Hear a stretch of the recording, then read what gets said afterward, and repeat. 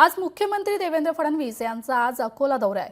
प्रहार पक्षाच्या वतीनं मुख्यमंत्र्यांना काळे झेंडे दाखवणार असल्याचा इशारा देण्यात आला। याच पार्श्वभूमीवर आज प्रहारच्या कार्यकर्त्यांना नजरकैदेत ठेवण्यात आले। प्रहारचे महानगर अध्यक्ष मनोज पाटील यांच्या घराबाहेर पोलिसांचा तगडा बंदोबस्त आहे। तर या संदर्भात मनोज पाटील यांच्याशी बातचीत केली आमचे प्रतिनिधी अमोल नांदुरकर यांनी। अमरावती जिल्ह्यातील मोझरी येथे बच्चू कडू यांचे काही दिवसापासून अन्नत्याग आंदोलन सुरू आहे। या अन्नत्याग आंदोलनात आता हिंसक वळण आलेलं आहे।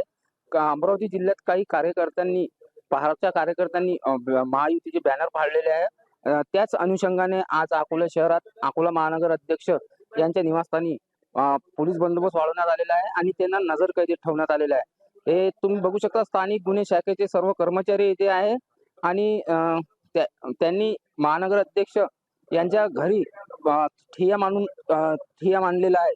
एकंदरीतच पाहता आज मुख्यमंत्री फडणवीस यांचा अकोला दौरा आहे, त्या अनुषंगाने ही पोलिसांनी खबरदारी घेतलेली आहे। अमोल नांदुरकर, लोकशाही मराठी, अकोला। लोकशाही मराठी ऐका, पहा, जागरूक रहा।